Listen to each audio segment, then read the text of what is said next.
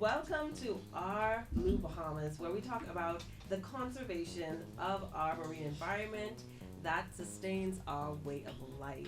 Today, we are talking about eco schools and building a cleaner, greener future in the Bahamas, and how the Eco Schools program at Brief empowers student led environmental action and creates long lasting impact in Canadian schools. Today, I am here with our Brief uh, Eco Schools coordinator, Nicola Fernandez. Hi, Nicola. Hi, Crystal. And I am here with Miss Aswood from DW Davis, who is their Eco Schools coordinator. So, just to start off the conversation, Eco Schools, it sounds so cool, right? Nicola, could you tell us a little bit about Eco Schools and how Eco Schools is making a difference in the Bahamas? Indeed, Crystal, my pleasure. So, Eco Schools is an international standard of excellence. It gives students an opportunity to express themselves and discuss topics relative to our environment. So, the Eco Schools program is a democratic and participatory program. It provides an excellent opportunity for our students to experience active citizenship in their schools. It also brings many benefits to the school and the wider community. I want to say that it gives an opportunity for students to not only discuss but make a difference, not only in their schools but in the community as well.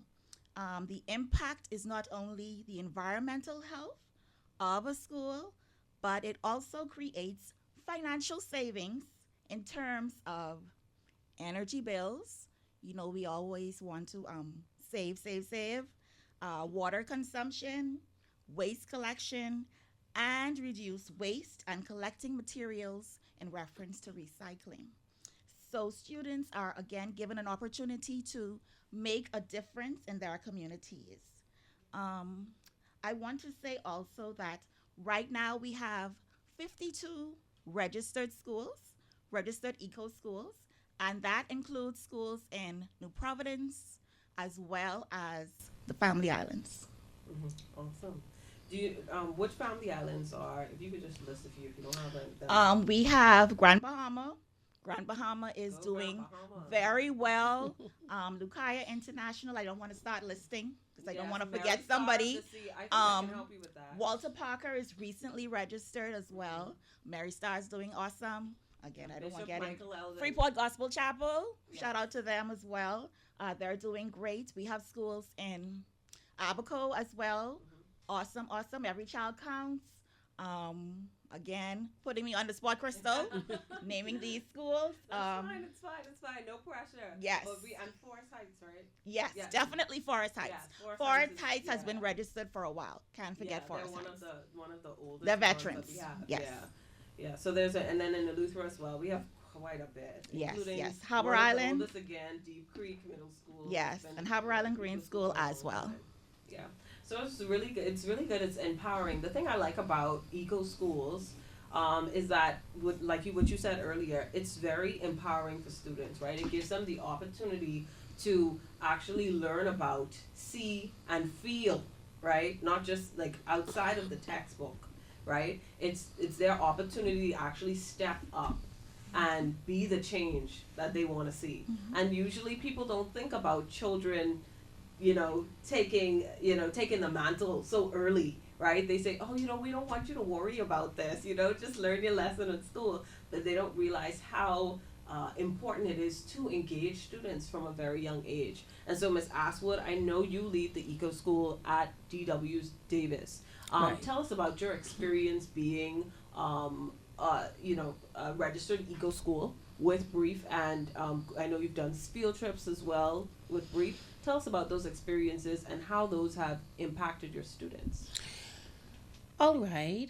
And so DW Davis is one of those schools that have been registered for quite a while as an eco school. Unfortunately, over the years, there would have been little involvement, I think, in some cases as it relates to some public schools, for example, some of them become registered and then they become a little complacent.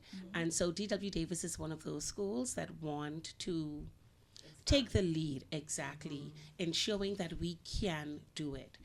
And so when I became an eco school coordinator at the start of this school year, I was determined. I'm already passionate about environmental sustainability, and I wanted to share that passion with my students. This school year, students and teachers in my department had the opportunity to embark on the Adelaide Mangrove Park field experience, and it was phenomenal for both groups. When DW Davis Social Studies teachers went out there, at the end they were saying, I didn't know this. Wow. DW Davis students also had an opportunity to be part of the extreme hangouts that was facilitated by Breathe. And on day one, our students, they were able to snorkel with other students. I couldn't teach them that in a classroom environment if you paid me.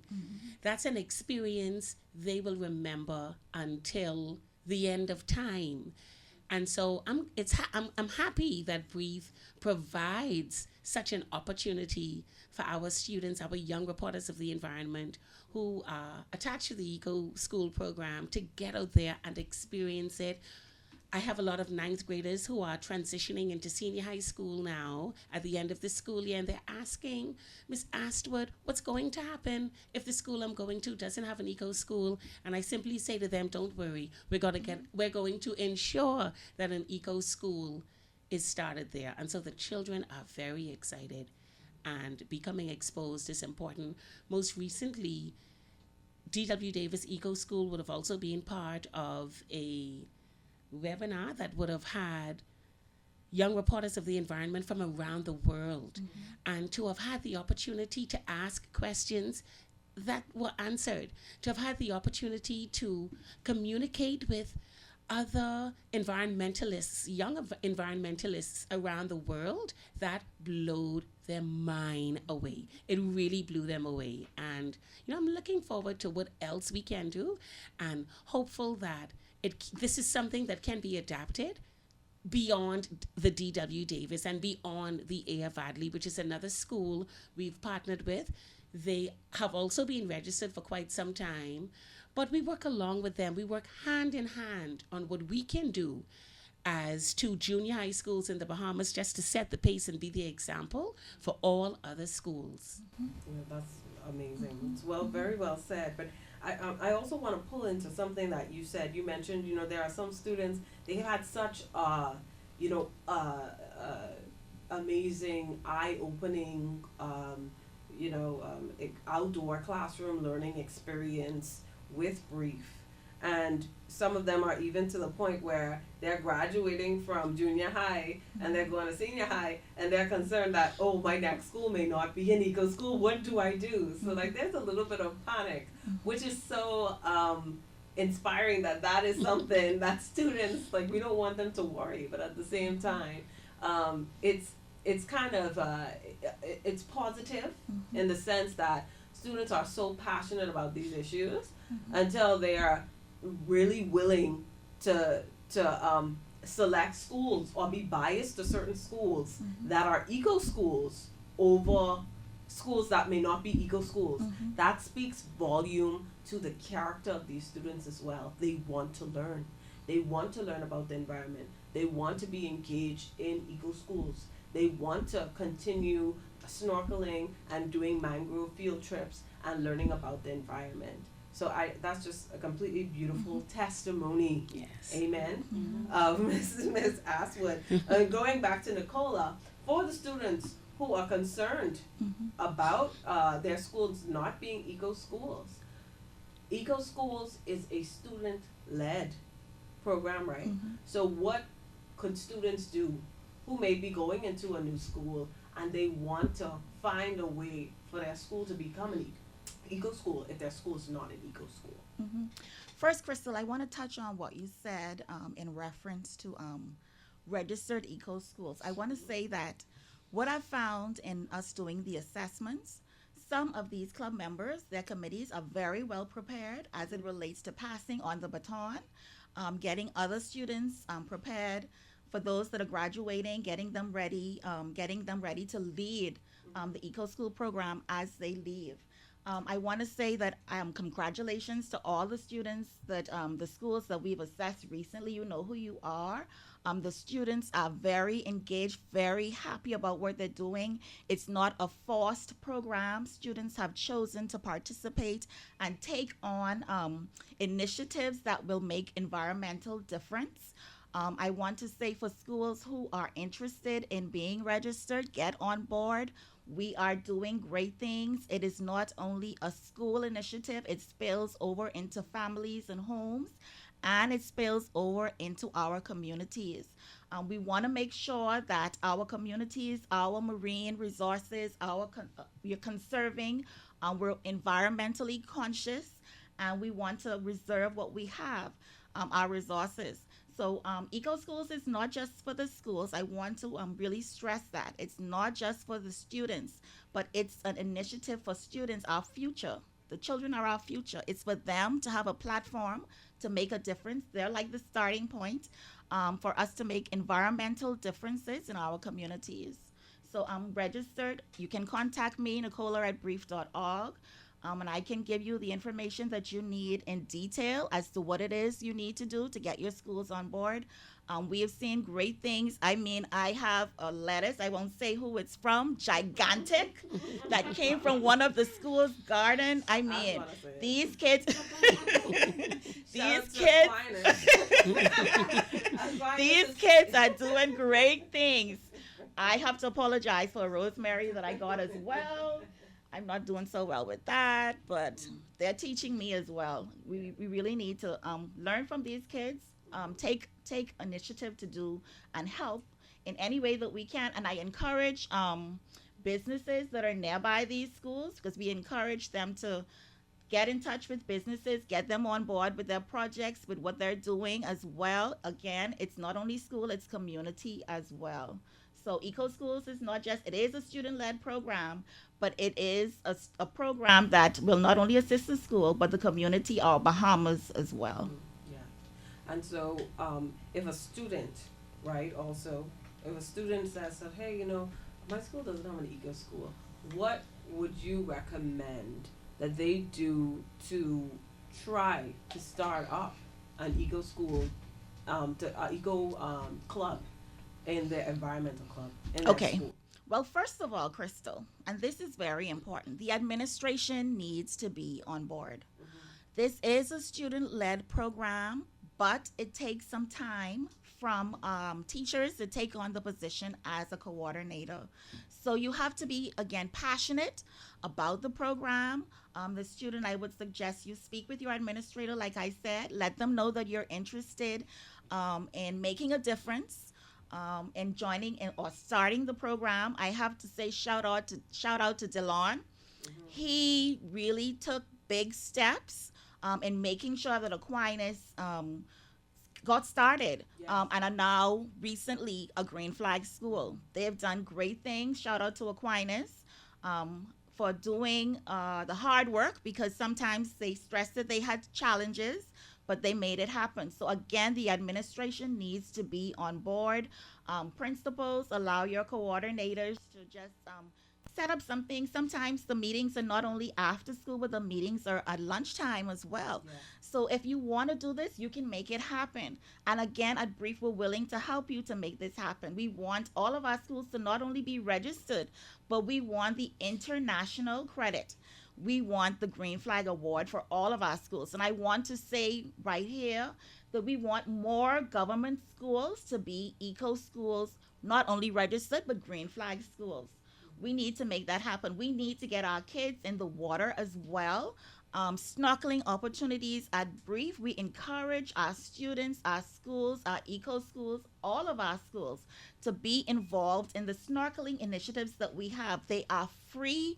You can contact Brief and find out when we're having them. I think we are surrounded by so much water. That is important. That is important. And you don't have to know how to swim. Speaking from experience, I am now a snorkeler. She's serious. I am. She I is. am. And I love it. Yes. There's Nicola. so many great things under the sea that you can see. It is awesome. It is an opportunity that we should really take advantage of. Yes, Nicola, well said. Very Absolutely. well said. And yeah, speaking from experience, also me, I was new just a few years ago when I was in school. A couple years ago, I didn't know how to snorkel. There was no snorkeling experiences out there. There was not much eco school, information out there. Now this is growing. Now it is. Now the United Nations is actually calling on schools that are under, in the countries, the allied countries, to incorporate environmental science into the curriculum. So that is very important. That is a UN goal. So we're not just saying this because it's nice and it's something we would like to do. We want our students to be aligned with the international standards as well. And especially speaking when we talk about the public schools as well, they are doing so much good work when it comes to gardening and agriculture. Like they making jam. You know what I mean? Like that is like that's further along the line, right? As a part of the process. So they are getting there, and the interest is there. And then when you marry that with marine conservation, and you pull in the mangrove conservation, and you talk about the pine forest and all these environmental things, conservation of energy and renewables, there it all falls together, and all of those things are important for our eco schools and environmental club. All of those things are important skills and things for our students to understand in the Bahamas, especially when we talk about the quality of education that we're promoting here, and expanding our country and the curriculum. And I want to say here too, for the Eco Club members and the committee members, our students are collecting data. Our students are collecting data and are seeing a difference in their electricity bills at school. That is like a big thing. I mean, students collecting data, man, our bills can go down tremendously if we just are conscious of what it is that we're doing. They have little signage to say turn off the lights and preserve energy. We have kids that are going outside, having classes outside, outdoors, which is awesome. And they love it. The students love it. And we need to be a little bit more practical. We need to think outside of the box so that we can preserve our Bahamas. There's so much that we can do. There's so much that the students are doing, and parents, adults, we need to get on board as well and participate in the Eco Schools program, because it's again student led, but we need parents to assist. We need the teachers to assist. And I always encourage when I ask questions for faculty, for support staff. They need to know what's going on with the Eco School program. The janitress is able to recite what the eco code is, so everybody is on board. It's the entire school, and like I said, it spills out into the community. Absolutely. And also, with that being said, I want to reach out over to you, across the table to you, Ms. Aswood, and ask you, why do you believe environmental education is crucial in today's classrooms? We're now talking about, where students are today, where the world is today, evolving the education system and updating the curriculum. Why is environmental education important in that whole process? Well, the Bahamas has a very unique environment. So let's start here first. So we have delicate ecosystems like mangroves and coral reefs, and we have to protect those. And so I believe, firstly, educating students on these delicate ecosystems we have will not only foster a level of understanding about the ecosystems that are throughout the Bahamas, but respect and reasons why they ought to protect these ecosystems. Additionally, there is the issue of climate change. And so the world is being impacted by climate change, but you have so many other nations like the Bahamas that fall in that small island nation category And Absolutely. we've seen the impact of climate change in the Bahamas, rising sea levels, coral bleaching. Educating students helps them to understand what these threats are and perhaps how we can adapt as a society, and then what can be done to slow some of these threats down. Then, of course, there is the economy connection.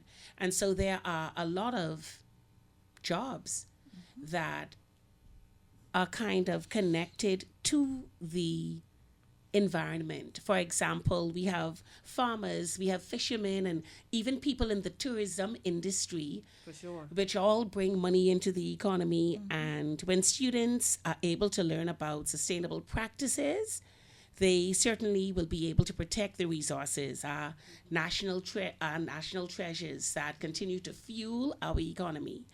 And then, of course, last but not least, students are future leaders. Absolutely. These are the people that are going to make future decisions. And so we want them to become part of sustainability, the way of thinking, sustainable practices, learning that at school age, perhaps allow them to think sustainable on that level. Once they become adults and once they become the decision makers of this country, the idea is to ensure that sustainable practices are something that's capitalized upon in the Bahamas for future generations to come. And so it's not about, well, climate change is impacting the Bahamas, but would it really impact me in my lifetime? Maybe not. Not to the extent that we know the impact will be, but it may impact your children, your children's children, their children. And so understanding those threats, like I said, respect for our ecosystems, and then pushing students to becoming the future stewards of environmental sustainability are all reasons why it is of utmost importance for it to be integrated into the classroom environment. I want to also say here that I first learned about all of the work that Brief has been doing over the years and continue to do when I became a social studies teacher. I cannot I can't be more thankful for the initiatives of the Social Studies Discipline Unit that is led by Miss Sally Johnson, when we had opportunities to have workshops and Brief was there and Brief presented and we went snorkeling and we were taken out and we saw, and that really lit the fire that has my passion burning for environmental science.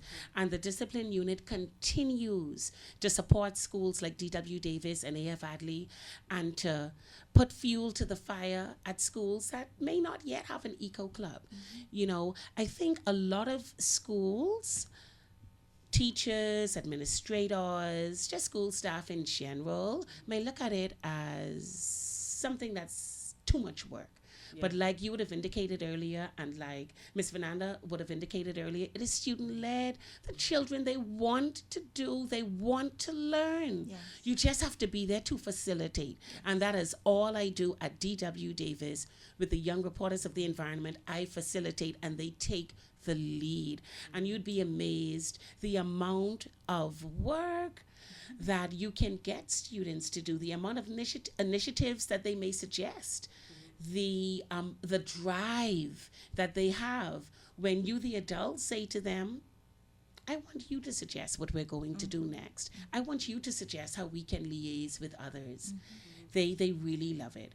But being taught in the classroom, being part of the school environment in its entirety is absolutely important, not just for social studies department or the science department, for all departments. You have several clubs in school, for example, and the Eco Club could be a hub for that. Yes. You have geography clubs, science clubs, agriculture clubs, travel clubs. The Yeah. Eco Club could be the hub that bring everyone together. Yes. You have art clubs. And so if and that's something I'm looking to achieve at DW Davis in the upcoming school year, connecting all our clubs. I will say, though, we have collaborated with the Builders Club at DW Davis with cleanups. Right now, we have an initiative going that we have not yet completed where we are transforming old used tires into seating around the school property as part of our beautification process and, being able to recycle something that ordinarily may have just been dumped. And so, Miss, thank you so much for that, Miss Aswood. And to follow up on what you said, Yes. for sure, shout out to Miss Sally Johnson for highlighting the importance of environmental education in the school. She's been a long-term partner. She's from the Ministry of Education in charge of science and social studies, and she has been so engaged with Bree throughout the years and connecting us with supporting the eco schools, connecting us with the public schools, and looped in a lot of public schools into the environmental conversation. And the students are so enthused. The energy from the students in our public schools is unmatched. Okay? They are so willing to learn and they're so well behaved. And I'm speaking from experience because I've taken out the young reporters for the environment and they are very passionate. They are very driven. They are very intelligent. They can articulate. And I am very proud of the public schools that are doing this. And we hope to see more, right, Nicola? Absolutely. More public schools engaged in the environmental. We don't want our public schools to get left out. We do not, because we've seen a lot of private schools coming in and they're doing their thing. Yes. But really, thank you so much, Ms. Johnson, for your support throughout the years in our eco schools and helping with the program and build. This is a nation building exercise. Absolutely. So it's a big thing. And also the eco schools equip students, like what you were saying, Ms. Aswad, so powerful. The eco schools actually equip students with various skills, and it does not stop there. And we talked about the traditional careers like fishing and agriculture, like those things that you understand that that's very eco, right? But by extension now we're seeing the connection, right, with sustainability. So works, right, infrastructure, all of that is related to environment. You need a good understanding of climate change and what's happening in the in the environmental sector globally to be able to make better decisions. When you talk about infrastructure like solar panels and stuff, electricity, that's Bahamas Power and Light, plumbing, teachers, right? Everybody in here has a teacher. It's to some extent. Law, environmental law. There are so many students now coming to us saying that they want to be environmental lawyers. This is something that we need to look at as a country. How do we equip those students? And then policy, environmental policy, politicians. So it doesn't matter how high or how low you go in on the career scale. You have to know that environment, that foundation of knowing about the environment is essential, right? This is 2025 now. We're only going forward from here. Yes. Everything is interconnection, and you have to know. So I love that. And Nicole, I'm going to go back to you because I love that Ms. Aswood brought up the collaboration of clubs and the collaborations of schools, because you said you did a virtual meeting with students globally, right? And so that's something that also this program, Eco Schools program, offers collaboration with schools, not just in the community or in the Bahamas, but across the world. So there's that. And then the eco clubs, the clubs within the school, also collaboration. So why are these collaborations, Nicola? Why are these collaborations so important for eco schools? I think it's important for the eco schools to really network because some of them are stronger in areas where the others aren't. I think it's important to share their ideas. Again, when I do the assessments, I encourage them to network with other eco schools, newly registered ones, the newbies network with the Green Flag Award School so that they can give them an idea as to how they got to the point that they're at. How did they achieve their Green Flag Award?